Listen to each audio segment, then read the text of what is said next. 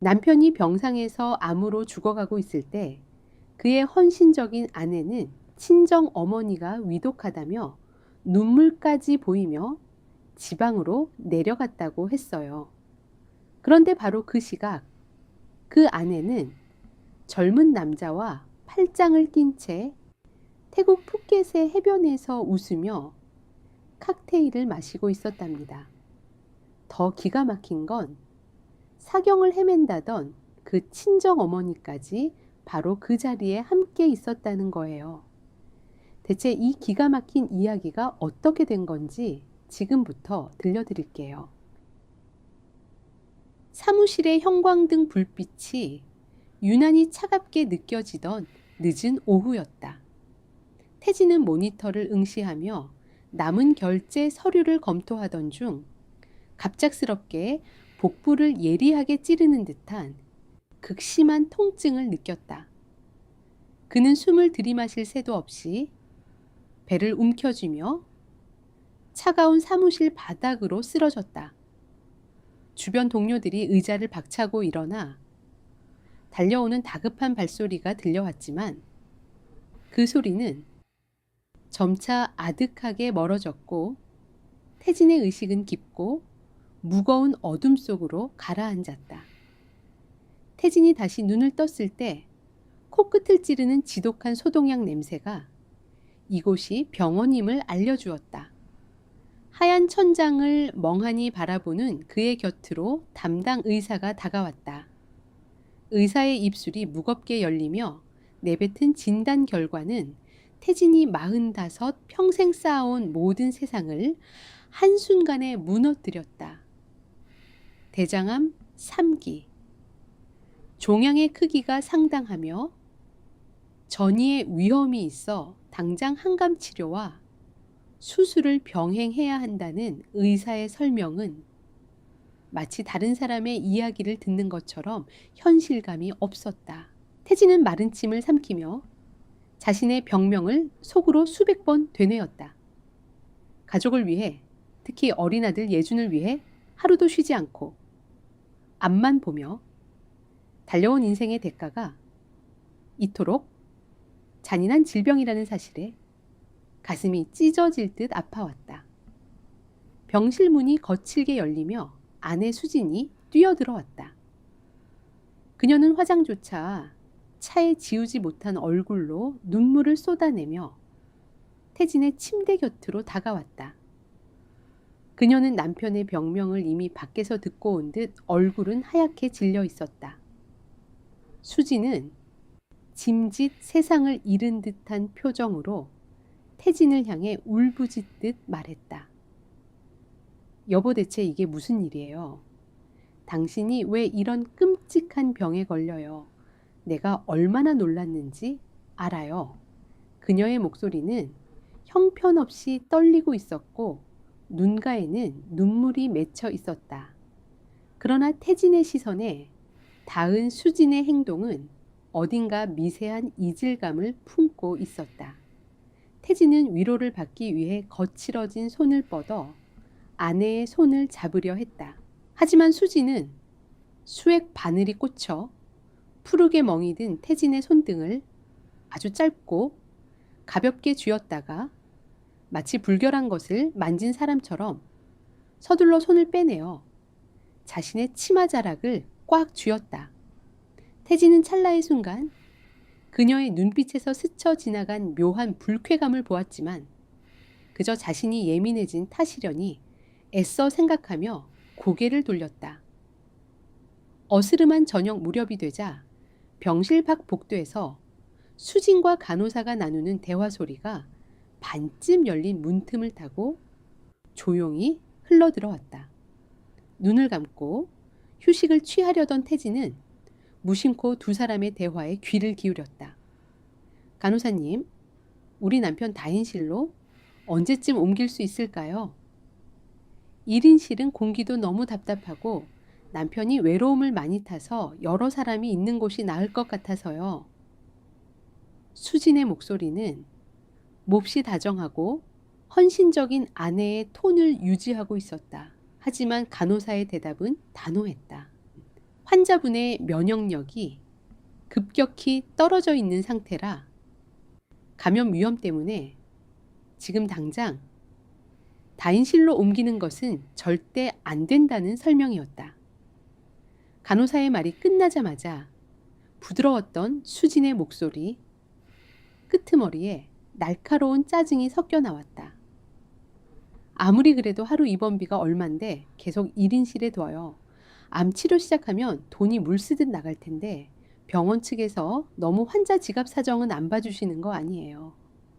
당장 내일이라도 다인실 자리 나면 무조건 빼주세요. 그녀의 차가운 계산이 담긴 목소리는 태진의 가슴에 날선 비수처럼 꽂혔다. 남편의 감염 위험이나 안위보다 당장 지출될 병원비 몇 푼을 더 아까워하는 아내의 본심이 적나라하게 드러나는 순간이었다. 태진은 씁쓸한 표정으로 이불을 가슴 끝까지 끌어올리며 눈을 질끈 감았다.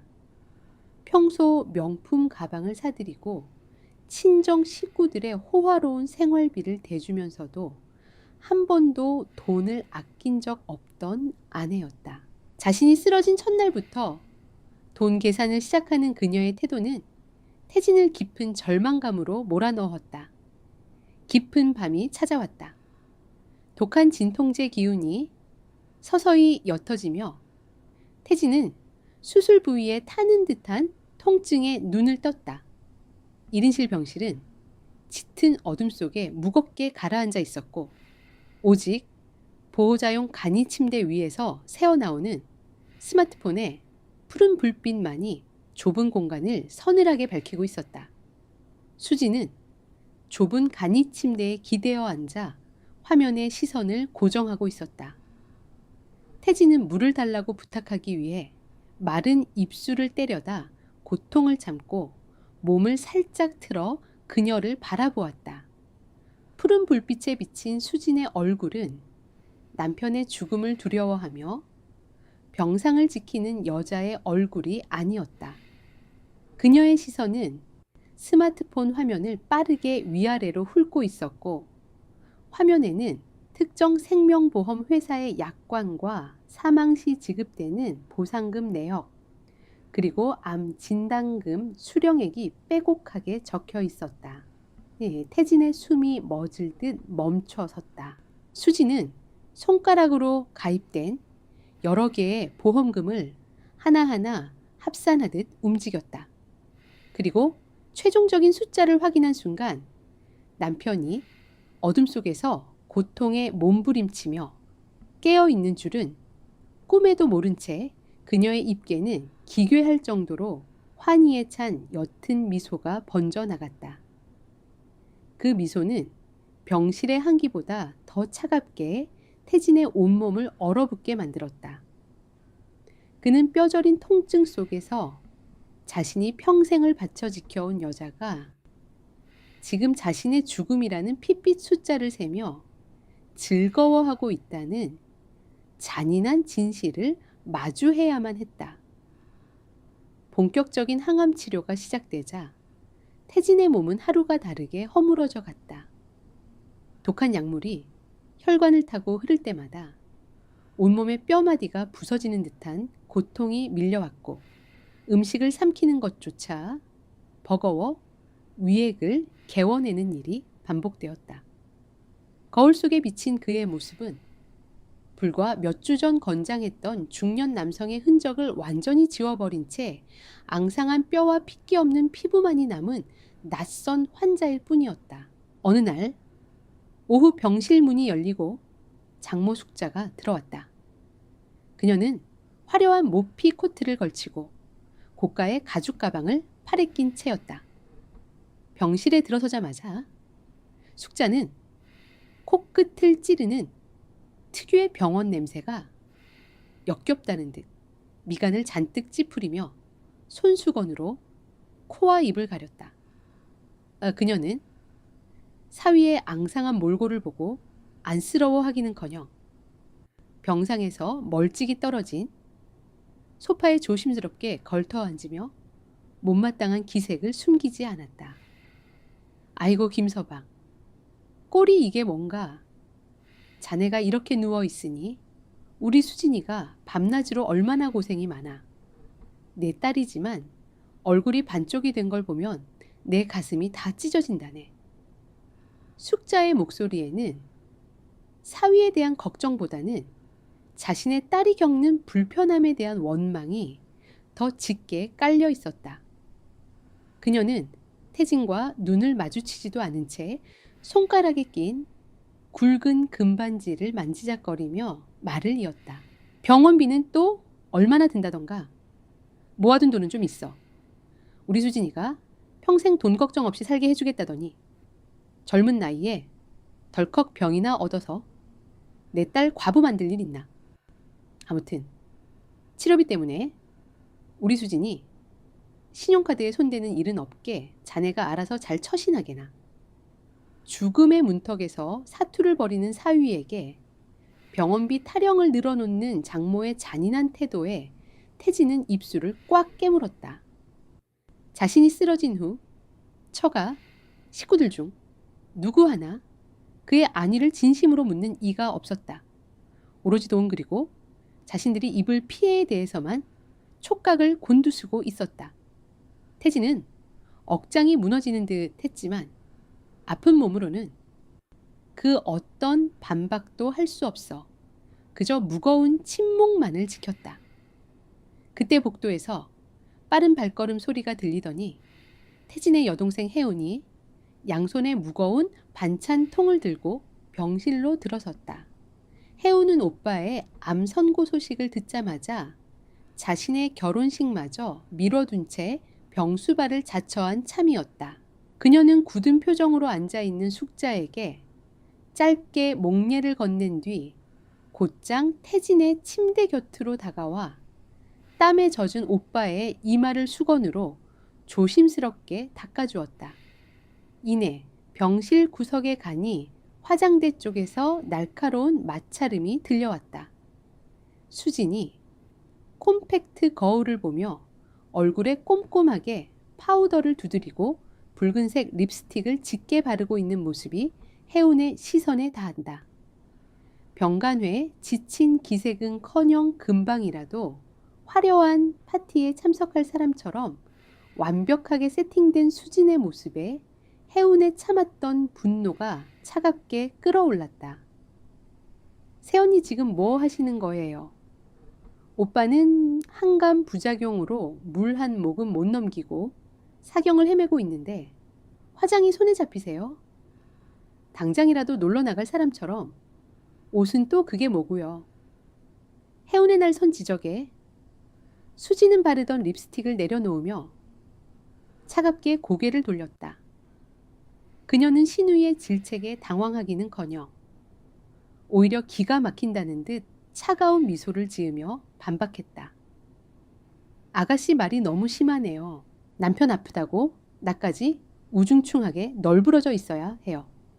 의사 선생님들 면담도 해야 하고 나도 스트레스 받아서 잠깐 바람 좀 쐬고 오겠다는데 그게 그렇게 큰 죄인가요? 두 사람 사이에 숨막히는 긴장감이 팽팽하게 맴돌았다. 수진의 뻔뻔한 태도에 해오는 주먹을 꽉 쥐며 한 걸음 다가섰다. 태진은 여동생과 아내가 병실에서 큰 소리로 다투는 것을 막기 위해 갈라진 목소리로 간신히 혜운의 이름을 부르며 만류했다. 혜운은 눈물이 핑 도는 눈으로 오빠를 바라보다 결국 분통을 터뜨리며 고개를 돌렸다.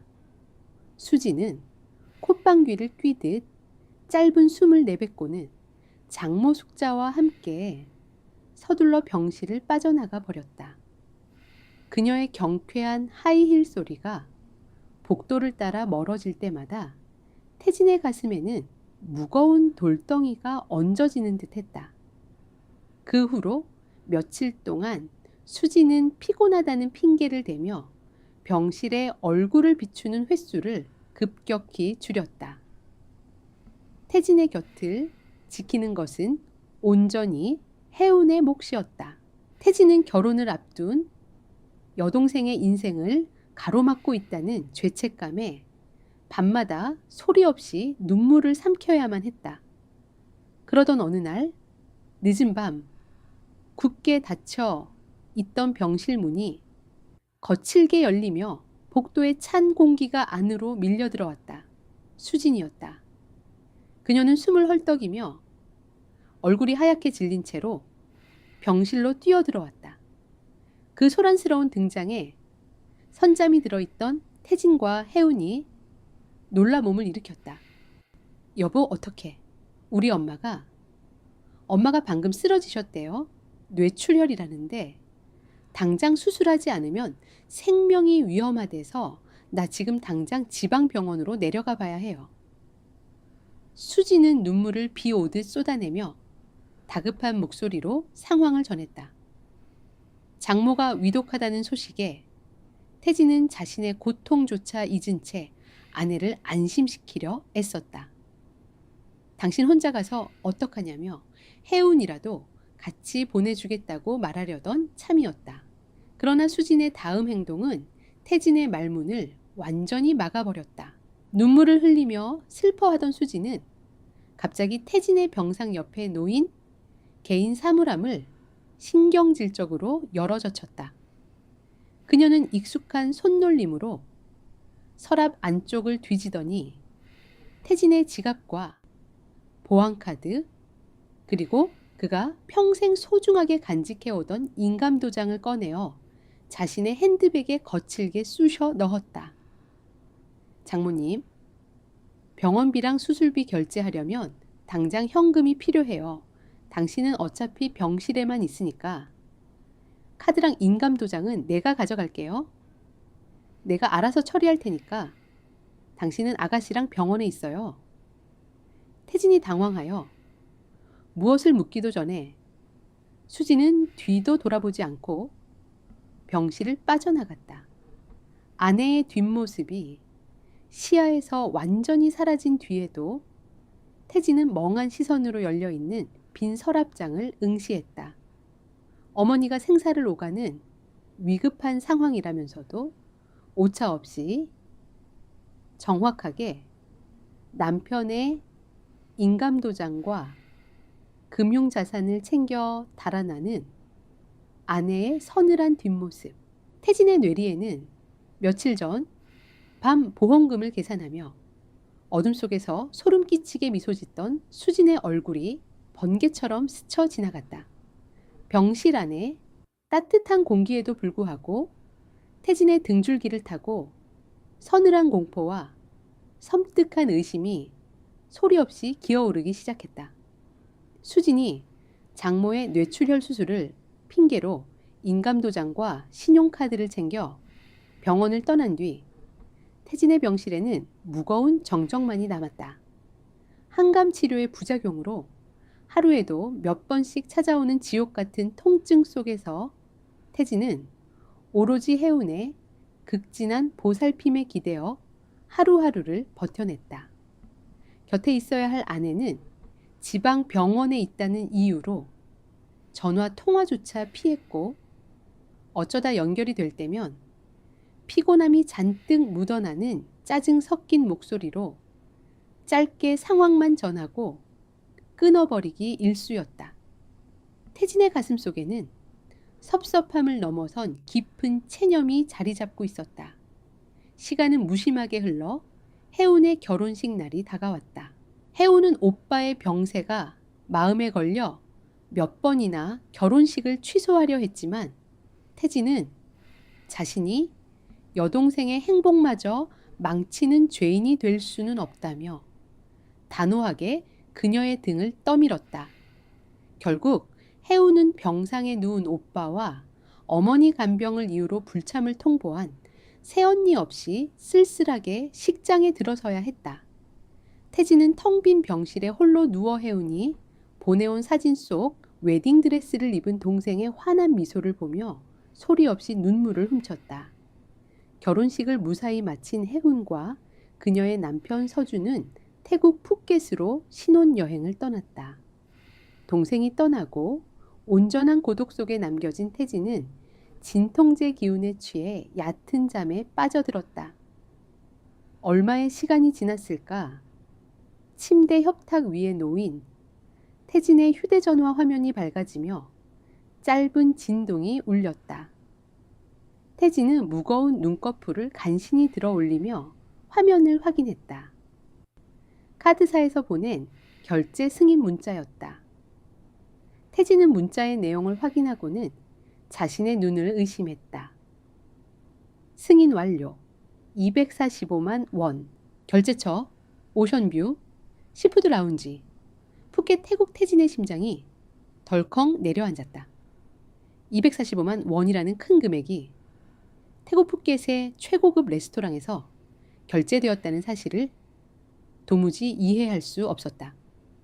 이 카드는 수진이 장모의 수술비로 쓰겠다며 다급하게 가져간 바로 그 카드였다. 지방병원 중환자실 앞을 지키고 있어야 할 아내의 카드가 왜 수천 킬로미터 떨어진 태국의 휴양지에서 긁힌 것일까? 태진은 카드사의 오류이거나 해외 도용 결제일 것이라 애써 스스로를 설득하려 했다. 그는 떨리는 손으로 카드사에 전화를 걸어 확인을 요청했지만 돌아온 답변은 명의자 본인의 비밀번호가 정확히 입력된 정상적인 현장 결제라는 청천벽력 같은 소리였다. 태진의 머릿속이 하얗게 비워졌다. 등줄기를 타고 차가운 식은땀이 흘러내렸다. 그는 서둘러 수진에게 전화를 걸었지만 수화기 너머에서는 전원이 꺼져 있다는 무미건조한 안내 음성만이 반복될 뿐이었다. 숨 막히는 의심과 불안이 태진의 목을 조여오기 시작했다. 같은 시각 태국 푸켓의 눈부신 에메랄드빛 해변. 신혼여행의 당금에 젖어 남편 서준과 함께 해변 산책로를 걷고 있던 해우는 우연히 고급 야외 레스토랑의 테라스 쪽으로 시선을 돌렸다. 그리고 그곳에서 도저히 믿을 수 없는 광경을 목격하고는 그 자리에 석상처럼 굳어버렸다. 야자수 그늘 아래 마련된 화려한 테이블.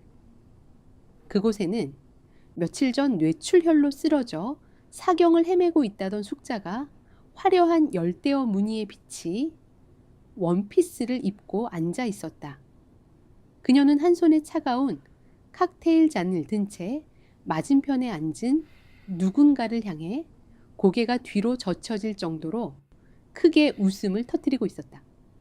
숙자의 옆에는 장인 상철이 고급 시계에 불을 붙이며 여유롭게 미소 짓고 있었다. 해운의 눈동자가 심하게 흔들렸다.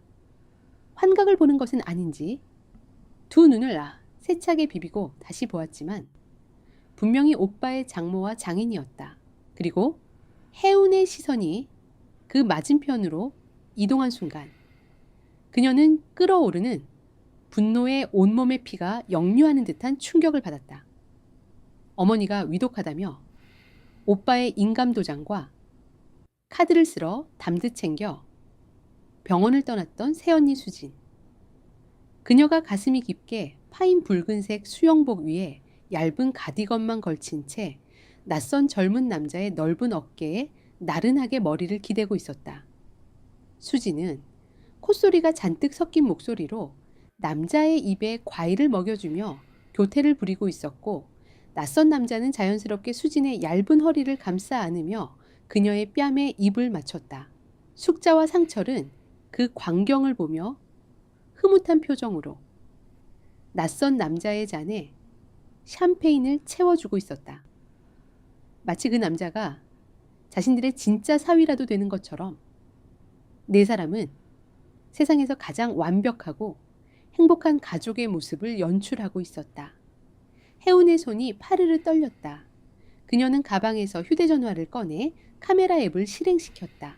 줌을 최대한으로 당겨 렌즈 너머로 그들의 역겨운 얼굴을 하나하나 화면에 담기 시작했다.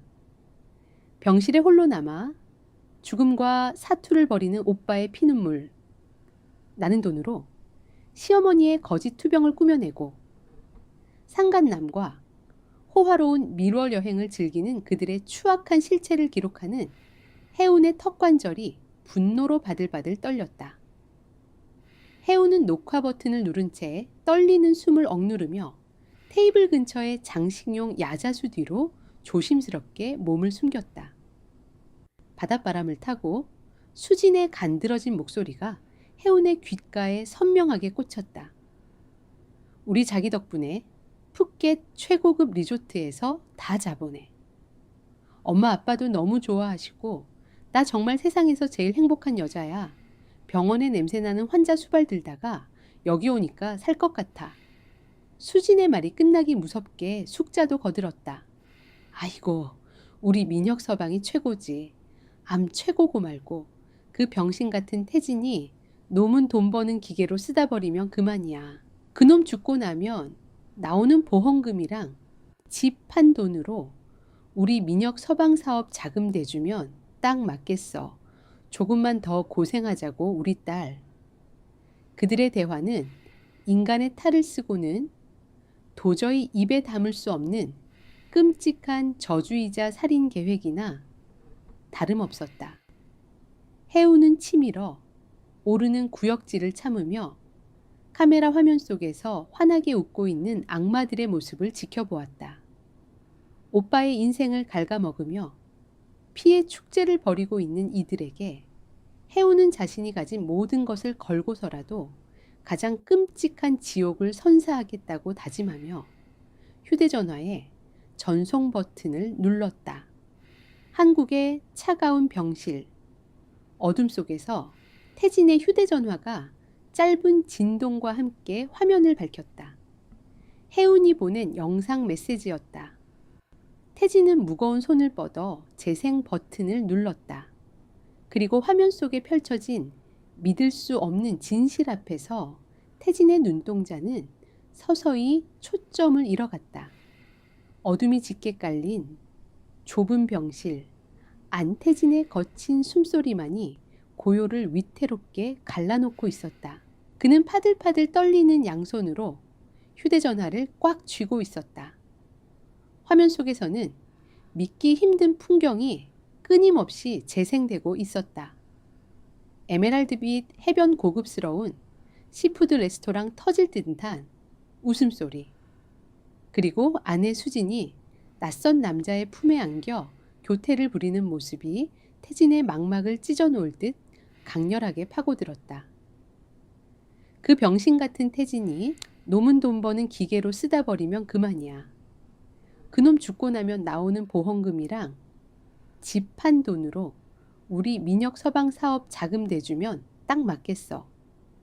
화면 너머로 생생하게 전달되는 장모 숙자의 목소리에 태지는 순간 숨을 쉬는 법조차 잊어버렸다.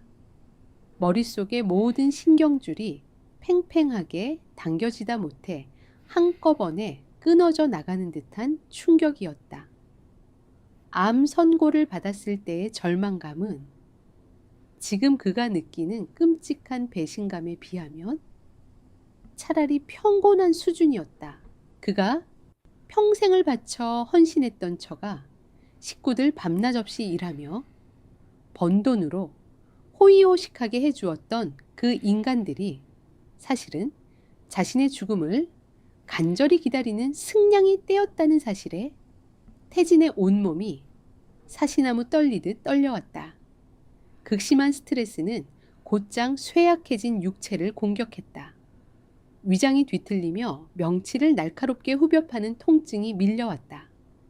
태진은 침대 옆에 놓인 철제 쓰레기통을 끌어안고 짐승처럼 앓는 소리를 내며 검붉은 위액을 토해냈다. 항암 치료로 텅 비어버린 위장에서는 더 이상 개워낼 음식물도 없었지만 지독한 구역질은 멈추지 않았다. 그는 창자가 끊어지는 듯한 고통 속에서도 소리가 새어나갈까봐 피가 맺히도록 자신의 아래 십술을 꽉 깨물었다. 병원 복도를 오가는 간호사들에게 자신의 이 끔찍하고 비참한 꼴을 들키고 싶지 않았다. 같은 시각 푸켓의 밤거리.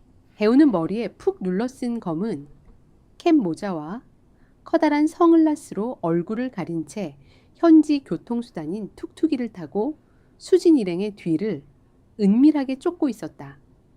서준은 해운의 손을 굳게 잡고 그녀의 위험한 추적을 묵묵히 돕고 있었다. 오빠의 피눈물로 세워진 그들의 모래성을 무너뜨리기 위해 해운은 신혼여행의 당금을 미련 없이 벌인 지 오래였다. 수진 일행은 화려한 넌사인이 번쩍이는 야시장으로 향했다. 해운은 인파 속에 섞여 일정한 거리를 유지하며 카메라 렌즈를 그들에게 고정했다. 상간남 민혁은 수진의 허리를 노골적으로 감싸 안은 채 야시장 곳곳을 누비며 값비싼 장신구와 실크 스카프를 사들였다. 결제는 물론 수진의 지갑에서 나온 태진의 명의로 된 신용카드였다. 수진은 민혁의 볼에 입을 맞추며 어린아이처럼 기뻐했고 뒤따르던 장인 상철과 장모 숙자는 양손 가득 쇼핑백을 든 채 흡족한 미소를 짓고 있었다. 해오는 상인들 사이를 아슬아슬하게 누비며 그들의 대화 내용을 수집하기 위해 조금 더 가까이 다가갔다. 시장의 소음 사이로 수진과 민혁의 대화가 해운의 휴대전화, 마이크로 흘러들어왔다. 자기야, 나 저 진주 목걸이도 갖고 싶어. 태진이 그 인간은 나한테 맨날 싸구려 큐빅만 사줬는데 자기는 스케일이 달라서 너무 멋있어. 수진 씨한테 그 정도 못 해줄까? 한국 돌아가면 태진이 명의로 된 아파트부터 빨리 처분하자. 내가 아는 투자처에 넣으면 수익률이 어마어마할 거야. 그 돈 물려서 우리 강남에 번듯한 펜트하우스 하나 장만해야지. 민혁의 능글맞은 목소리에 수지는 세상을 다 가진 듯 행복한 표정을 지었다. 해오는 구역질이 치밀어 오르는 것을 간신히 참아내며 녹화 버튼을 다시 한번 꾹 눌렀다.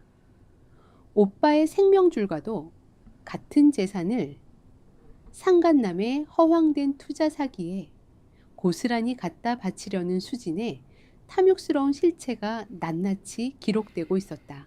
밤이 깊어 숙소로 돌아온 해우는 그동안 모은 사진과 영상 그리고 음성 파일들을 날짜와 시간별로 꼼꼼하게 정리하여 태진에게 전송했다. 수십 개의 파일이 전송 완료되는 것을 확인한 해우는 침대에 주저앉아 거친 숨을 몰아쉬었다. 서준이 다가와 그녀의 어깨를 따뜻하게 감싸 안았다. 해우는 서준의 품에 기대어 참았던 눈물을 터뜨렸다. 오빠가 겪고 있을 지옥 같은 고통을 생각하면 가슴이 무너지는 듯했다. 다음 날 새벽 한국의 병실. 밤새 한숨도 자지 못한 태진의 눈은 붉게 충혈되어 있었다. 그는 혜운이 보내온 수십 개의 파일을 밤새도록 반복해서 보며 자신이 마주해야 할 현실을 똑똑히 새기고 있었다. 슬픔과 절망은 밤이 지나며 서서히 차갑고 단단한 결심으로 바뀌어가고 있었다. 태진은 힘겹게 몸을 일으켜 침대 헤드에 기대 앉았다. 앙상하게 마른 그의 주먹이 이불자락을 꽉 틀어쥐었다. 이대로 끝낼 수는 없다. 태진의 메마른 입술 사이로 서늘한 맹세가 새어나왔다. 자신을 기만하고 아들 예준의 미래까지 송두리째 짓밟으려는 저 짐승만도 못한 인간들을 그대로 두고 눈을 감을 수는 없었다. 그들이 간절히 바라는 자신의 죽음은 결코 그들이 원하는 방식으로 찾아오지 않을 것이다. 태진의 눈동자 속에서 죽음의 그림자를 걷어내는 지독하고 서늘한 복수의 불꽃이 타오르기 시작했다. 그는 떨리는 손으로 휴대전화의 주소록을 뒤져 대학 시절부터 절친했던 친구이자 능력 있는 이혼 전문 변호사인 기태의 번호를 찾아 통화 버튼을 눌렀다. 기나긴 반격에 서막이 오르는 순간이었다. 변호사 기태와의 통화는 태진의 흐릿해져 가던 의식을 차갑게 일깨우는 강력한 각성제와 같았다.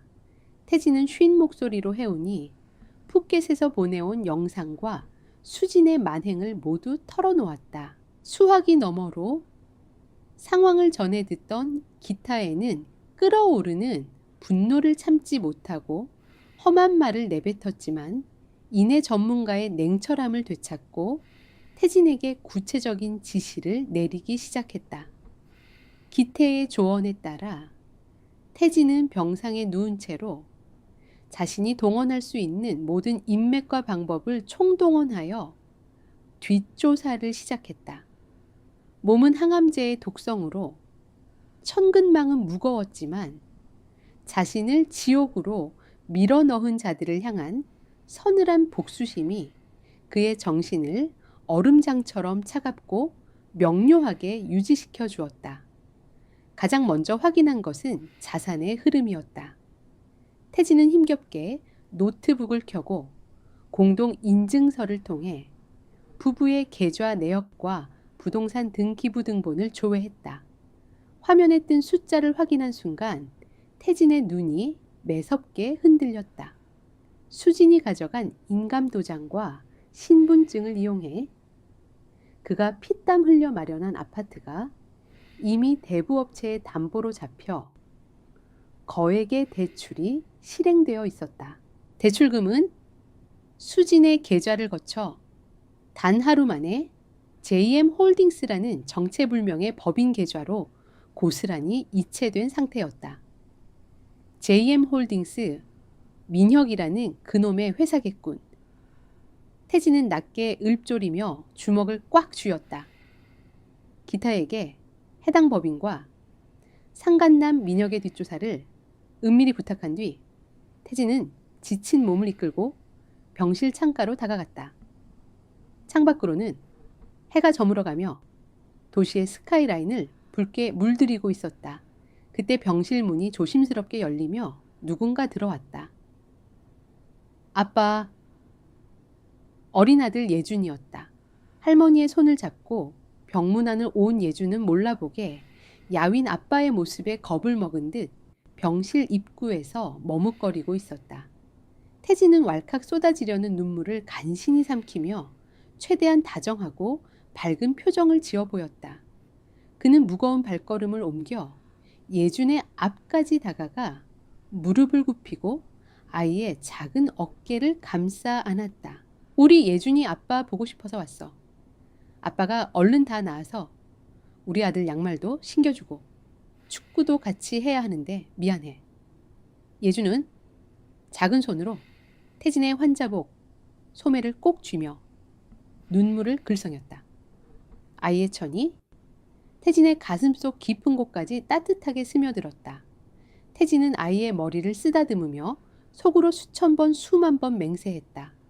수진과 그 빌어먹을 처가 식구들 그리고 사기꾼 상간남으로부터 자신의 남은 재산과 아이의 미래를 기필코 지켜내겠다고. 예준을 위해서라도 그는 지금 이 침대 위에서 비참하게 죽어갈 수 없었다. 아이의 존재는 태진을 죽음의 늪에서 건져 올리는 가장 강력한 구명줄이었다. 며칠 뒤 수진이 푸켓에서의 화려한 밀월 여행을 마치고 병원으로 돌아왔다.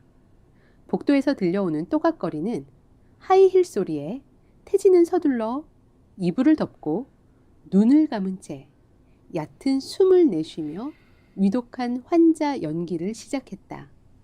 병실 문이 새우르륵 열리고 수진이 다가오는 기척이 느껴졌다.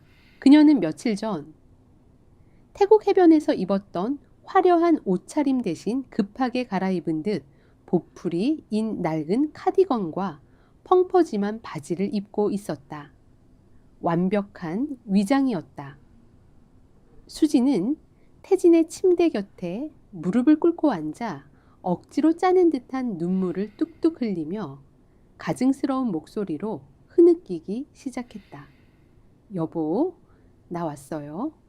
엄마 수술은 다행히 잘 끝났는데 경과를 지켜봐야 해서 며칠 더 있다 오느라 늦었어요. 당신 혼자 두고 그 먼 지방까지 가서 내 마음이 얼마나 지옥 같았는지 알아요. 그녀의 거짓말은 한치의 오차도 없이 매끄러웠다. 태국 현지의 뜨거운 태양 아래서 민혁의 품에 안겨 웃던 그녀가 지금은 병상에 누운 남편을 걱정하며 피눈물을 흘리는 헌신적인 아내의 가면을 쓰고 있었다. 태진은 치밀어 오르는 구역질을 애써 억누르며 천천히 눈을 뜨고 수진을 바라보았다. 그의 퀭한 두 눈동자는 어떠한 감정도 담겨 있지 않았다. 고생했어. 장모님은 좀 어떠셔?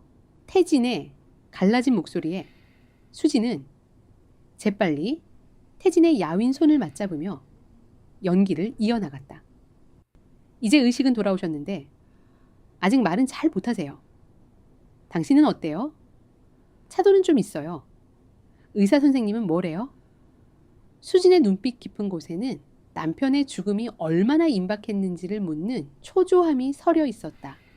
태진은 짐짓 고통스러운 표정을 지으며 시선을 피했다.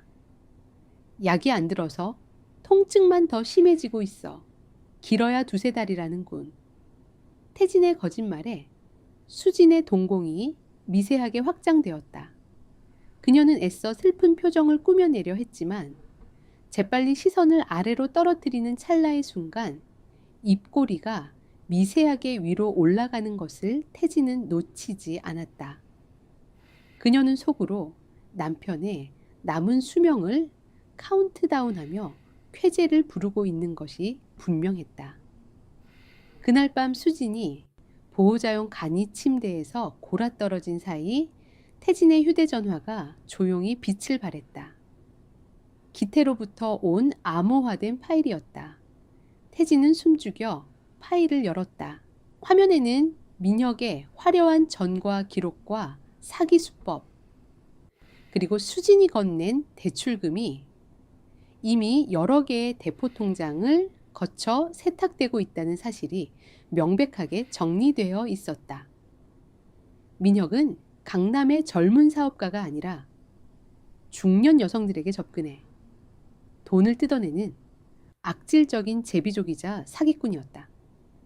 수진과 처가 식구들은 지금 자신들이 대단한 금주를 잡은 줄 알고 사위의 등골을 빼먹고 있지만 실상은 사기꾼의 정교한 거미줄에 걸려 파멸을 향해 질주하고 있는 셈이었다. 태진은 어둠 속에서 수진의 얼굴을 내려다보았다. 탐욕의 눈이 멀어 스스로 지옥불로 뛰어드는 아내의 모습을 보며 태진의 입계는 서늘하고 뼈 아픈 미소가 번져갔다. 이제 그녀가 애지중지 쌓아 올린 그 거짓된 모래성을 철저하게 무너뜨릴 시간이었다. 기태가 보내온 자료를 확인한 태진은 철저한 이중 생활을 시작했다. 낮에는 한감제의 독성을 온몸으로 견뎌내며 죽음의 문턱을 헤매는 시한부 환자의 연기를 완벽하게 수행했고, 수진이 병실을 비우는 밤에는 서늘한 눈빛을 번뜩이며 방역을 위한 증거들을 차곡차곡 모아나갔다. 그의 육체는 병마와 싸우느라 앙상하게 말라가고 있었지만 정신만큼은 그 어느 때보다 날카롭게 벼려져 있었다. 수진은 푸켓에서 돌아온 이후 겉으로는 지극정성으로 남편을 간호하는 현모양처의 모습을 연기했다. 하지만 그녀의 치밀한 연기 속에서도 썩은 내 진동하는 본심은 불쑥불쑥 튀어나왔다. 그녀는 태진이 잠든 줄 알고 있을 때면 상간남 민혁과 문자를 주고받으며 실없이 웃음을 흘렸고, 때로는 병원비 영수증을 소리나게 넘기며 짜증을 부리기도 했다. 어느 날 저녁 수지는 병원 밖에서 사온 전복죽을 플라스틱 그릇째로 태진의 간이 식탁 위에 거칠게 올려놓았다. 식은 죽 표면에는 기름기가 하얗게 굳어 있었고 성이라고는 찾아볼 수 없는 모습이었다. 여보, 억지로라도 좀 먹어봐요. 그래야 힘을 내지. 나도 당신 간호하느라 하루 종일 굶어서 쓰러질 지경이에요. 수지는 자신의 피곤함을 강조하며 숟가락을 태진의 손에 억지로 쥐어주었다. 태진은 차갑게 식어버린 죽을 무표정하게 내려다보다가 숟가락을 탁 소리나게 내려놓았다. 그리고 창백한 얼굴로 수진을 뚫어지게 응시하며 입을 열었다. 이 죽 냄새가 꼭 푸켓 해변에서 구워 먹는 해산물 냄새 같네. 안 그래?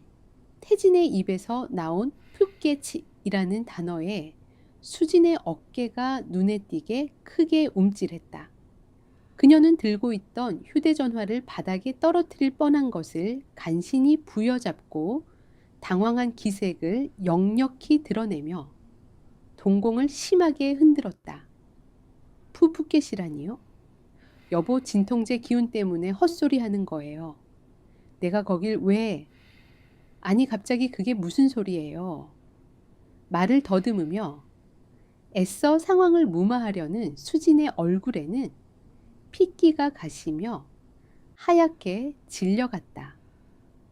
태진은 그런 수진의 당황한 모습을 여유롭게 감상하며 차가운 미소를 지었다. 아, 그냥 옛날에 우리 신혼여행 갔을 때 생각나서 해본 소리야. 왜 그렇게 놀라? 아, 깜짝이야. 당신이 하도 엉뚱한 소리를 하니까 그렇죠. 얼른 죽이나 먹어요. 수지는 떨리는 손으로 황급히 죽 그릇을 태진 앞으로 밀어놓고는 고개를 푹 숙인 채 휴대전화 화면만 만지작거렸다. 태진은 식은 죽을 한 숟가락 떠서 씹으며 속으로 실소를 터뜨렸다. 도둑이 제 발 저린다는 속담이 이렇게 정확하게 들어맞을 줄은 몰랐다. 그날 밤 태진은 수진이 깊은 잠에 빠진 것을 확인하고 조심스럽게 몸을 일으켰다. 그의 시선은 수진이 베개 밑에 숨겨둔 휴대전화로 향했다. 태진은 링거 폴대를 짚고 조심스럽게 다가가 그녀의 지문을 이용해 잠금을 해제했다. 이미 여러 번의 시도 끝에 그녀의 패턴을 파악하고 있었지만 혹시 모를 변수를 대비해 가장 확실한 방법을 선택한 것이었다. 태진은 어둠 속에서 휴대전화 화면을 가장 어둡게 조절하고 메신저 앱을 열었다. 화면 가득 쏟아지는 수진과 민혁의 대화 내용은 태진의 예상보다 훨씬 더 역겹고 치밀했다. 민혁, 수진 씨, 태진이 명의로 대출받은 돈은 잘 들어왔어. 이제 집만 빨리 처분하면 강남 빌딩 매입 작업 바로 들어갈 수 있어. 수진 자기야. 그 인간 요즘 눈치가 좀 이상해. 오늘 갑자기 푸켓 얘기를 꺼내서 심장 떨어지는 줄 알았어. 아무래도 약 기운에 헛소리 한 것 같긴 한데 그래도 빨리 끝내고 싶어. 요즘은 숨 쉬는 소리만 들어도 소름 끼쳐. 민혁 걱정 마. 의사가 길어야 석 달이라고 했다며 보험금 청구 서류는 미리 다 준비해뒀지. 장모님도 엄청 기대하고 계시던데. 수진 당연하지. 내 손에 들어올 사망 보험금만 10억이 넘어. 그 돈 나오면 바로 자기한테 넘길게. 우리 펜트하우스에서 샴페인 터트릴 날만 기다리자. 태진의 눈동자가 분노로 붉게 충혈되었다. 자신의 죽음을 재촉하며 10억 원이라는 사망보험금을 상간남의 사기 행각에 고스란히 바치려는 수진의 계획이 명백하게 드러나는 순간이었다. 태진은 화면을 캡처하여 자신의 휴대전화로 전송하고 혜운이 준비해둔 비밀 클라우드 계정에 백업까지 완벽하게 마쳤다. 모든 증거 수집을 끝낸 태진은 수진의 휴대전화를 원래 있던 자리에 조심스럽게 돌려놓았다. 그는 침대에 등을 기대며 거친 숨을 몰아쉬었다. 육체적 고통보다 정신적인 배신감이 그를 더욱 갉아먹고 있었지만 태진은 이를 악물며 버텨냈다. 다음 날 아침 태진은 담당 의사를 은밀히 호출했다. 의사는 최근 태진의 혈액 검사 결과를 들고 병실로 찾아왔다. 놀랍게도 태진의 염증 수치와 종양 표지자 수치가 기적적으로 떨어지고 있었다. 지독한 복수심이 그의 생명력을 강하게 자극하고 있는 것인지도 몰랐다. 선생님, 저 내일 퇴원하겠습니다. 태진의 단호한 선언에 의사는 화들짝 놀라며 극구 만류했다. 아직 항암 치료가 끝나지 않았고 절대 안정이 필요하다는 의사의 설명에도 태진의 고집은 꺾이지 않았다. 이제 병실에서 할 수 있는 치료는 다 끝났습니다. 밖에 나가서 꼭 해야 할 일이 있습니다. 제 목숨이 걸린 일입니다. 태진의 결연한 눈빛의 의사는 결국 깊은 한숨을 쉬며 퇴원 수속을 허락했다. 태진은 휴대전화를 들어 혜운에게 짧은 문자를 보냈다. 내일 저녁 저가 식구들 전부 서울로 올리게 해라. 디데이 디데이 다. 이제 길고 길었던 연극의 막을 내릴 시간이었다. 태진은 창밖으로 내리쬐는 눈부신 아침 햇살을 바라보며 차갑게 얼어붙었던 가슴 속에 뜨거운 복수의 칼날을 단단히 벼렸다. 태진의 갑작스러운 퇴원 소식에 수지는 당혹감을 감추지 못했다. 그녀는 서둘러 병원비를 결제하고 태진을 부축하며 병원을 나섰지만 차 안으로 향하는 내내 불안한 눈빛으로 태진의 안색을 살폈다. 겉보기에 태진은 여전히 금방이라도 쓰러질 듯 위태로워 보였지만 그의 눈동자 깊은 곳에는 예전과 다른 서늘하고 단단한 빛이 서려 있었다. 여보, 의사 선생님은 아직 퇴원하면 안 된다고 하시던데 갑자기 왜 이러는 거예요? 집에서 간호하기는 내가 너무 버거워요. 운전대를 잡은 수진이 신경질적으로 불평을 쏟아냈다. 태진은 조수석에 깊숙이 기대앉아 창밖만 응시하며 건조하게 대꾸했다. 병실에만 누워있으니 숨이 막혀서 그래. 그리고 내 살 날이 얼마 안 남았는데 가족들 얼굴이나 한 번 더 보고 죽어야 하지 않겠어. 오늘 저녁에 장인 장모님 모시고 식사나 한번 합시다. 태진의 말에 수지는 속으로 안도의 한숨을 내쉬었다.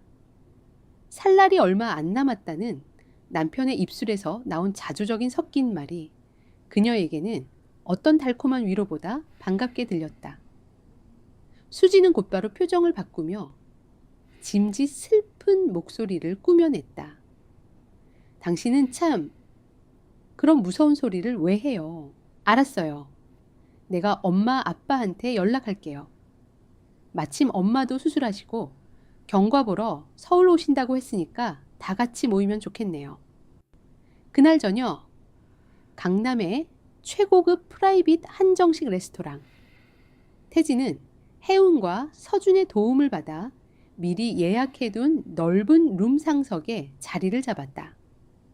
잠시 후 미닫이 문이 열리며 화려하게 차려입은 장모 숙자와 장인 상철 그리고 수진이 요란한 기색을 풍기며 들어왔다. 숙자는 며칠 전 푸켓에서 화려한 원피스를 입고 춤을 추던 모습은 온데간데 없이 목에 촌스러운 스카프를 두르고 가짜 기침을 콜록거리며 환자 흉내를 내고 있었다. 아이고 김서방, 자네가 몸도 성치 않은데 웬 이런 비싼 데서 밥을 다 산대. 나도 수술하고 몸이 청은망은인데 사위가 보자고 하니 억지로 끌고 왔네. 숙자의 뻔뻔한 연기에 태진은 테이블 아래로 주먹을 꽉 쥐었다. 옆에 앉은 혜운이 오빠의 손을 꼭 잡아주며 분노를 간신히 억누르고 있었다. 수지는 분위기를 띄우려는 듯 가식적인 미소를 지으며 메뉴판을 살폈다. 여보, 엄마도 오셨는데 우리 제일 비싼 코스로 시키죠. 당신도 좋은 거 먹고 기운 좀 차려야 하잖아요. 음식이 차례로 나오고 처가 식구들은 태진의 눈치를 보지도 않은 채 값비싼 요리들을 탐욕스럽게 먹어치웠다. 상철은 벌써 독주를 몇 잔이나 들이켜며 붉어진 얼굴로 태진을 향해 일장연설을 늘어놓고 있었다. 태진은 자신의 앞접시에 놓인 음식을 단 한 입도 대지 않은 채 그들의 역겨운 식사 풍경을 차갑게 관망했다. 식사가 어느 정도 마무리될 무렵 태진이 조용히 목을 가다듬었다.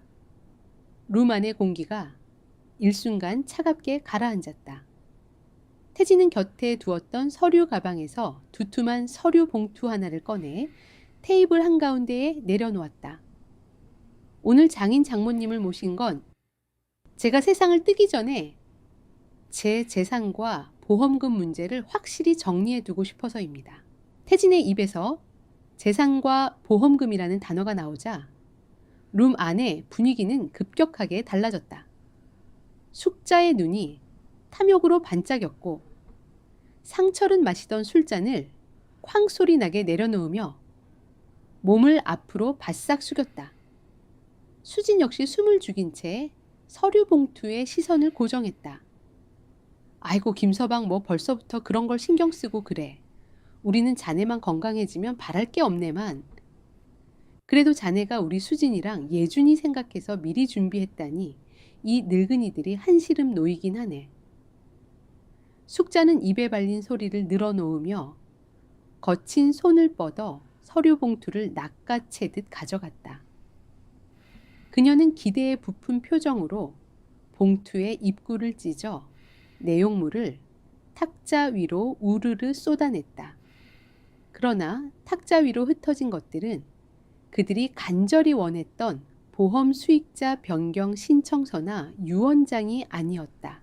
그것은 푸켓의 에메랄드빛 해변에서 상간남 민혁의 품에 안겨 환하게 웃고 있는 수진의 사진, 시푸드 레스토랑에서 민혁에게 술을 따라주는 숙자 부부의 사진, 그리고 민혁과 수진이 주고받은 끔찍한 카카오톡 대화 캡처본 수십 장이었다. 이게 다 뭐야? 가장 먼저 사진을 확인한 상철이 얼굴이 흙빛으로 변하며 소리쳤다. 숙자는 떨리는 손으로 자신이 칵테일 잔을 들고 웃고 있는 사진을 집어들고는 헛바람을 들이켰다. 수진은 사진 속 자신의 모습을 확인하고는 의자에서 엉덩이를 반쯤 띄운 채 사시나무처럼 몸을 떨었다. 완벽하게 통제된 침묵 속에서 태진이 차갑고 낮게 가라앉은 목소리로 입을 열었다. 장모님 뇌출혈 수술은 태국 푸켓에서 받으셨나 봅니다. 아주 경과가 좋으신 것 같네요. 거기서 우리 수진이 새로운 남편감까지 찾아주시고 참으로 눈물겨운 모정이십니다. 태진의 비수에 찔린 듯 숙자는 아무런 대답도 하지 못하고 입술만 파르르 떨었다. 수진은 하얗게 질린 얼굴로 태진을 향해 다급하게 손을 뻗었다. 여보, 이건 오해예요. 누가 이런 악의적인 합성을... 그래, 이건 다 조작된 사진이야. 수진의 비겁한 변명에 태진은 헛웃음을 터뜨렸다. 그는 남은 서류 한 장을 수진의 얼굴 앞으로 집어던졌다. 그것은 민혁의 화려한 사기 전과 기록과 현재 수배 중이라는 경찰의 공식 문서였다. 네가 그토록 믿고 내 몸통까지 다 내어준 그 잘난 강남 사업가 민혁이. 그 새끼 정체가 뭔지 알아? 사기 전과 오범에 중년 여자들 등쳐먹고 사는 제비족 새끼야. 네가 4명에 훔쳐서 대부업체에서 대출받아 갖다 바친 그 돈 이미 대포 통장으로 다 세탁돼서 흔적도 없이 사라졌어. 태진의 폭로의 수지는 다리에 힘이 풀린 듯 바닥으로 주저앉았다. 자신의 완벽했던 계획이 산산조각 나는 소리가 귓게 끔찍하게 울려 퍼졌다. 숙자는 충격에 뒷목을 잡고 숨을 헐떡였고 상철은 믿을 수 없다는 듯 서류를 쥐고 부들부들 떨고 있었다. 태진은 바닥에 주저앉은 수진을 차갑게 내려다보며 최후의 선고를 내렸다. 내 목숨값으로 니들 호의호식할 꿈 꾸게 해준 대가는 평생 감옥에서 치르게 해주지. 이혼 소송과 사문서 위조 형사고소 이미 다 접수 끝났어. 지옥에 온 걸 환영한다. 루만의 공기는 마치 얼음물이라도 끼얹은 듯 지독하게 차가웠고 폭풍 전야의 팽팽한 긴장감이 모두의 숨통을 조이고 있었다. 바닥에 흩어진 푸켓 밀월 여행의 사진들과 민혁의 화려한 사기전과 기록은 그들이 애써 써왔던 위선적인 가면을 산산조각 내기에 충분했다. 바닥에 주저앉아 있던 수진이 갑자기 실성한 사람처럼 날카로운 비명을 지르며 태진의 바짓가랑이를 부여잡았다. 그녀의 정성 들인 화장은 눈물과 땀에 범벅이 되어 흉측하게 번져 있었다. 여보 아니야, 이거 다 거짓말이야. 당신이 오해한 거예요. 그 남자가 나한테 억지로 접근한 거라고요. 나한테 수면제를 먹여서 사진을 찍은 거야. 제발 내 말 좀 믿어줘요. 피번뻔하기 짝이 없는 변명에 태진은 혐오감으로 얼굴을 일그러뜨렸다. 그는 수진의 손을 거칠게 뿌리치며 자리에서 벌떡 일어났다. 평소 항암 치료로 제대로 걷지도 못하던 그였지만 지금 이 순간만큼은 지독한 분노가 그에게 초인적인 힘을 불어넣고 있었다. 수면제를 먹어 아주 소설을 써라. 네가 그 새끼한테 내 사망보험금 얼마 나올지 계산해서 보내준 카톡 내역 내 집 담보로 불법 대출받은 서류. 그리고 그 병신 같은 태진이 놈 죽고 나면 보상금 챙겨서 사업 자금 대주자던 장모님. 음성 파일까지 내가 다 가지고 있어. 태진이 재킷 안주머니에서 소형 녹음기를 꺼내 탁자 위에 거칠게 내던지자 둔탁한 소리와 함께 녹음기가 탁자 위를 미끄러졌다. 그 소리의 숙자는 사색이 되어 가슴을 움켜쥐고 헐떡거렸고 상황을 파악한 장인 상철은 극도의 분노와 수치심에 얼굴이 불그락푸르락 달아올랐다. 자신들의 추악한 실체가 낱낱이 까발려지자 궁지에 몰린 상철이 오히려 적반하장으로 태진을 향해 고함을 지르며 달려들었다. 이 빌어먹을 자식 감히 장인어른 앞에서 눈을 부라려 내 놈이 평소에 우리 수진이한테 얼마나 못해줬으면 애가 밖으로 돌았겠어. 남자가 오죽 무능하면 마누라가 딴 맘을 먹어. 상철은 주먹을 치켜들고 태진의 멱살을 잡으려 했다. 하지만 태진은 피하지 않고 매서운 눈빛으로 상철을 똑바로 노려보며 그의 손목을 쳐내고 오히려 강하게 상철의 어깨를 밀쳐냈다. 술 기운에 중심을 잃은 상철은 뒤로 크게 비틀거리며 의자와 함께 바닥으로 볼품없이 나뒹굴었다. 깍 아빠. 수진이 기겁하며 상철에게 달려갔다. 숙자는 그제야 사태의 심각성을 깨닫고 바닥에 주저앉은 채 싹싹 빌기 시작했다. 김서방 내가 잘못했네. 늙은이가 노망이 나서 그 빌어먹을 놈의 사탕 발림에 넘어갔어. 우리 수진이는 아무 잘못 없어. 제발 한 번만 용서해 주게. 예준이를 봐서라도 제발. 예준이 이름 입에 올리지 마. 태진의 불호령이 룸 안을 매섭게 갈랐다. 그는 탁자 위에 놓여 있던 차가운 얼음물 잔을 집어들어 바닥에서 엉엉 울고 있는 숙자와 수진을 향해 무자비하게 확 흩뿌렸다. 차가운 물벼락을 맞은 모녀는 비참한 몰골로 바닥에 엎드려 몸을 떨었다. 니들 입에서 내 아들 이름 나오는 것조차 역겨워. 예준이 니들이 그 사기꾼 새끼랑 내 돈 빼돌리면서 내 아들 밥그릇까지 뺏으려던 거 내가 모를 줄 알아? 장모님 수술비라고 속여서 빼간 내 인감이랑 카드 당장 내놔. 태진의 살기 어린 분노의 수지는 덜덜 떨리는 손으로 명품 가방을 뒤져 태진의 지갑과 도장을 꺼내어 바닥에 던지듯 내려놓았다. 태진은 차가운 눈으로 그것들을 주워 챙겼다. 그때 수진의 휴대전화가 미친 듯이 울리기 시작했다. 발신자는 다름 아닌 민혁이었다. 수진은 태진의 눈치를 보며 전화를 받지 않으려 했지만 태진이 턱짓으로 전화를 받으라고 지시했다. 수진은 떨리는 손으로 통화 버튼을 눌렀다.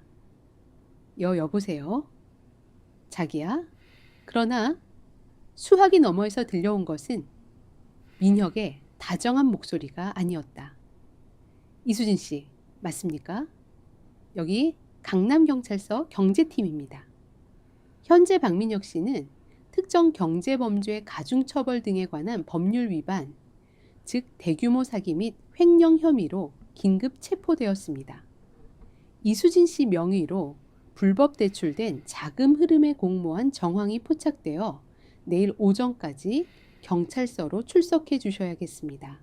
도주 우려 시 즉각 체포영장 발부됩니다. 건조하고 위압적인 경찰의 통보가 루만의 정막을 날카롭게 찢었다. 수지는 넋이 나간 표정으로 휴대전화를 바닥에 떨어뜨렸다. 민혁이 잡혔다. 그녀가 꿈꾸던 강남의 펜트하우스도 달콤한 미래도 모두 사기꾼의 신기루였다. 게다가 그녀 자신이 불법 대출의 공범으로 전락해버렸다. 수지는 머리를 쥐어뜯으며 짐승처럼 울부짖었다. 숙자는 그 자리에서 완전히 혼절해버렸고 상철은 넋을 잃고 허공만 응시했다.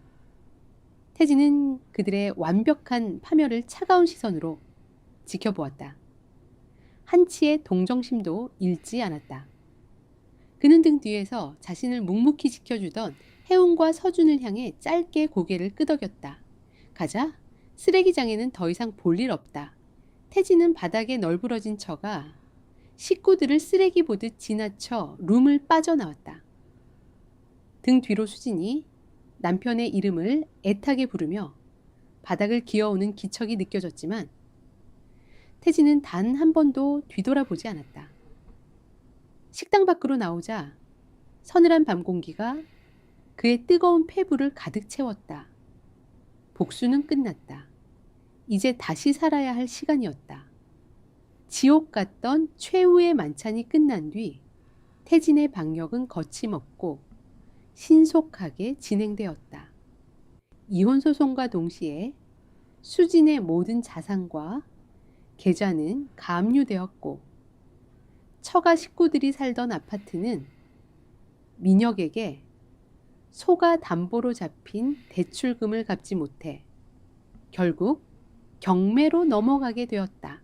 경찰 조사에서 민혁의 끔찍한 사기 행각이 낱낱이 밝혀지면서 수진과 그녀의 부모는 빼도 박도 못하는 공범으로 전락했다. 수진은 마지막까지 남편의 병원비와 친정 어머니의 수술비를 마련하기 위해 급전을 융통했을 뿐이라며 눈물로 호소했지만 혜운이 증거로 제출한 푸켓 밀월 여행 사진과 태진 명의의 해외 카드 결제 내역 그리고 사망보험금 지급 조건을 논의하던 카카오톡 대화 내용 앞에서 그녀의 모든 변명은 산산조각 났다. 결국 민혁은 중형을 선고받고 교도소에 수감되었고 수진과 처가 식구들 역시 사기 공모 혐의로 집행유예와 함께 막대한 벌금형을 선고받았다. 평생을 남의 시선과 체면에 목매달며 살아온 그들에게는 경제적 파산보다 사회적 낙인이 더 끔찍한 형벌이었다. 어느 날 오후 혜웅과 서준의 신혼집 초인종이 요란하게 울렸다. 인터폰 화면에는 초췌한 몰골의 수진이 서 있었다. 그녀는 화려했던 과거의 모습은 온데간데 없이 허름한 옷차림에 핏기 없는 얼굴로 문 앞에 서서 처량하게 카메라를 올려다보고 있었다. 혜우는 차가운 표정으로 문을 열었다. 수지는 문이 열리자마자 짐승처럼 울부짖으며 혜운의 바지가랑이를 붙잡고 바닥에 무릎을 꿇었다. 아가씨, 제발 나 태진 씨 한 번만 만나게 해줘요. 내가 다 잘못했어요. 내가 미쳤었나 봐. 제발 용서해달라고 전해줘요. 예준이는 어떡해요? 엄마 없이 어떻게 살아요? 수진의 가증스러운 악어의 눈물에 혜우는 차갑게 코웃음을 쳤다. 혜우는 수진의 손목을 강하게 잡아채 그녀를 바닥에서 억지로 일으켜 세웠다. 그리고 매서운 눈빛으로 수진의 뺨을 노려보며 한 글자 한 글자 힘주어 말했다. 그 더러운 입으로 우리 오빠랑 조카 이름 들먹이지 마. 예준이, 당신이 그 사기꾼 놈이랑 희희낙낙할 때 우리 예준이는 아빠 죽을까봐 밤마다 소리 죽여 울었어. 당신 같은 건 엄마 자격도 사람 자격도 없어. 다시는 우리 가족 눈앞에 나타나지 마. 꺼져. 혜우는 수진을 현관문 밖으로 거칠게 밀쳐냈다. 균형을 잃은 수진은 차가운 복도 바닥에 엉덩방가를 찧으며 볼품없이 나뒹굴었다. 혜우는 더 이상 수진을 쳐다보지도 않고 쾅소리가 나도록 현관문을 굳게 닫아버렸다. 닫힌 문 너머로 수진의 절규와 울음소리가 희미하게 들려왔지만 혜운의 마음은 단단한 얼음처럼 차갑기만 했다. 문이 닫히는 소리와 함께 안방에서 낮잠을 자던 태진이 잠에서 깨어 거실로 나왔다. 그는 혜운의 굳은 표정을 보고 모든 상황을 짐작했다. 혜운은 오빠를 향해 애써 옅은 미소를 지어 보였다. 오빠 깼어. 시끄러웠지 미안. 별거 아니야. 그냥 잡상인이 왔었어. 태진은 말없이 다가가 동생의 어깨를 토닥여 주었다. 모든 것을 잃고 나서야 가족의 소중함을 구걸하는 수진의 비참한 최후를 짐작했지만 태진의 마음에는 이제 그 어떤 동요도 잃지 않았다. 그의 마음속에서 수진이라는 존재는 이미 오래전에 완벽하게 지워진 상태였다. 그때 태진의 휴대전화가 짧은 진동과 함께 울렸다. 병원 주치의에게서 온 문자 메시지였다. 태진은 무심코 메시지를 확인하고는 그 자리에 멈춰섰다. 김태진 환자분 오늘 오전에 나온 정밀검사 결과입니다.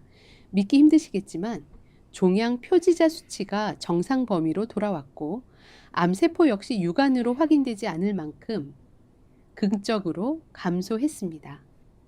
의학적으로 설명하기 힘든 기적 같은 일입니다.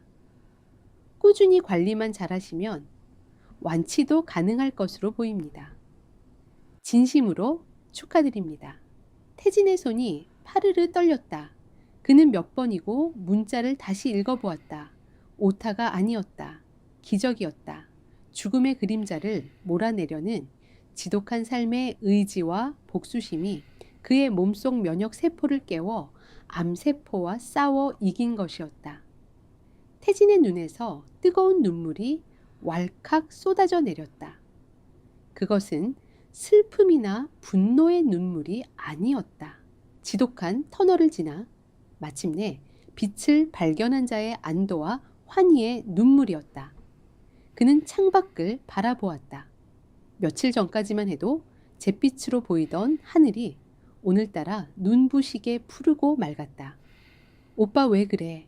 무슨 일이야? 혜운이 놀라 달려와 태진의 팔을 붙들었다.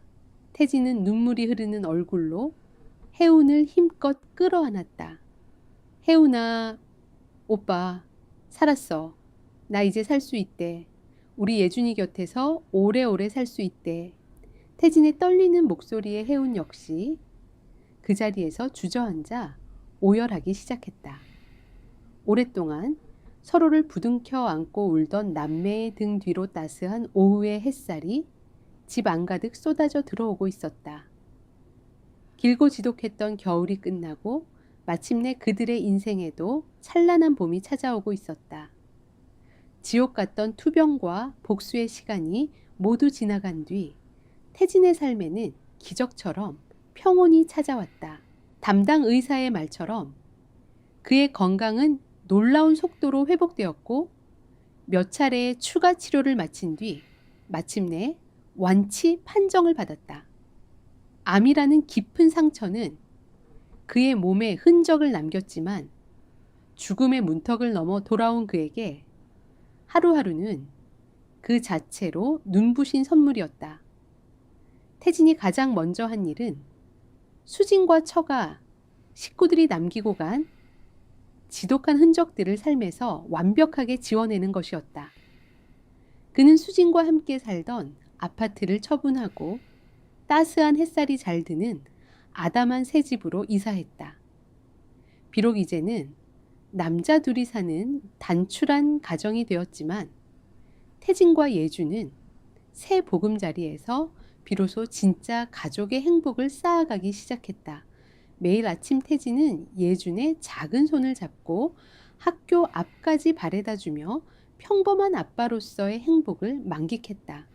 교문 앞에서 뒤돌아 환하게 손을 흔드는 아들의 모습을 볼 때마다 태진은 가슴 벅찬 감동을 느꼈다. 아빠 이제 정말 안 아픈 거지? 우리 주말에 자전거 타러 가도 돼. 예준이 해맑은 목소리로 물을 때마다 태진은 미안함과 고마움에 가슴이 뭉클해졌다. 그는 아들의 눈높이에 맞춰 무릎을 굽히고 작은 어깨를 따뜻하게 감싸 안았다. 그럼 당연하지. 아빠가 그동안 우리 아들이랑 못 놀아줘서 너무 미안해. 앞으로는 절대 아프지 않고 씩씩하게 우리 예준이 곁에 꼭 붙어 있을게. 그의 약속처럼 태진은 주말마다 예준과 함께 공원으로 자전거를 타러 가거나 맛있는 음식을 먹으러 다니며 아들과의 소중한 추억을 하나하나 쌓아나갔다. 아빠의 얼굴에 다시 건강한 미소가 피어나는 것을 보며 예준의 얼굴에도 그늘이 걷히고 밝은 웃음이 되살아났다. 그들의 든든한 버팀목인 혜운과 서준 부부도 수시로 두 사람의 집에 드나들며 빈자리를 채워주었다.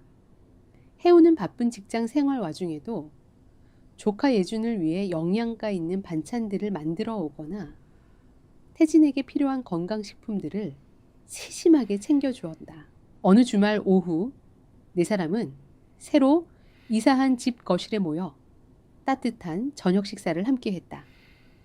혜운이 정성껏 끓인 된장찌개 냄새가 집 안가득 구수하게 퍼져나갔다. 오빠 우리 조카가 오빠 닮아서 그런지 요즘 부쩍 씩씩해지고 공부도 잘하는 것 같아. 역시 우리 핏줄이라니까. 혜운이 일부러 더 밝은 목소리로 말하자 태진은 그저 고마운 미소로 화답했다. 그는 밥을 먹다 말고 자리에서 일어나 오랫동안 간직해왔던 통장 하나를 혜운에게 내밀었다. 혜운아, 이거 받아. 네가 오빠 때문에 결혼식도 미뤘는데 오빠가 해준 게 아무것도 없어서 늘 마음에 걸렸어. 이걸로 서준이랑 늦었지만 근사한 곳으로 다시 한번 여행이라도 다녀와. 통장에는 태진이 그동안 틈틈이 모아온 적지 않은 돈이 들어있었다. 혜우는 손사래를 치며 거절했지만 태진은 단호하게 그녀의 손에 통장을 쥐어주었다. 태진에게 혜우는 단순한 여동생이 아니었다. 지옥의 강을 건널 때 그의 손을 놓지 않고 끝까지 함께해준 유일한 구원자이자 또 다른 의미의 어머니였다. 그 후 태진은 건강을 완전히 회복하고 다시 회사로 복귀했다. 죽음의 문턱까지 갔다가 건강한 모습으로 돌아온 그를 동료들은 마치 자신의 일처럼 기뻐하며 뜨겁게 환영해 주었다. 그는 더 이상 과거처럼 일에만 매달리며 자신을 혹사하지 않았다. 대신 정해진 시간에 퇴근하여 아들과 함께 저녁을 먹고 잠들기 전 동화책을 읽어주는 소소한 일상에 집중했다. 한편 수진과 그녀의 가족들은 풍비박산이 나고 말았다. 막대한 빚더미에 올라앉은 그들은 결국 살던 집에서 쫓겨나 어둡고 눅눅한 지하 단칸방으로 거처를 옮겨야 했다. 남의 목숨값으로 인생 역전을 꿈꾸던 그들의 비참한 최후였다. 가끔 동네 사람들을 통해 그들의 소식이 들려왔지만 태진의 마음은 더 이상 잔물결 하나 잃지 않을 만큼 단단해져 있었다. 어느 맑은 봄날 태진은 예준의 손을 잡고 동네 공원으로 산책을 나섰다. 앙상했던 나뭇가지마다 연두빛 새싹이 돋아나고 화단에는 형형색색의 봄꽃들이 활짝 피어 있었다. 아빠 저기 봐. 나비야 나비. 예준이 손가락으로 노란 나비를 가리키며 아이처럼 뛰어갔다. 태진은 아들의 뒷모습을 바라보며 잔잔한 미소를 지었다. 고통은 지나갔고 이제 그의 곁에는 아름다운 것들만이 남았다. 지독하게 아팠던 만큼 앞으로의 삶은 더욱 찬란하게 빛날 것이라 믿었다. 태진은 눈부신 봄 햇살 아래서 환하게 웃고 있는 아들을 향해 천천히 걸어갔다.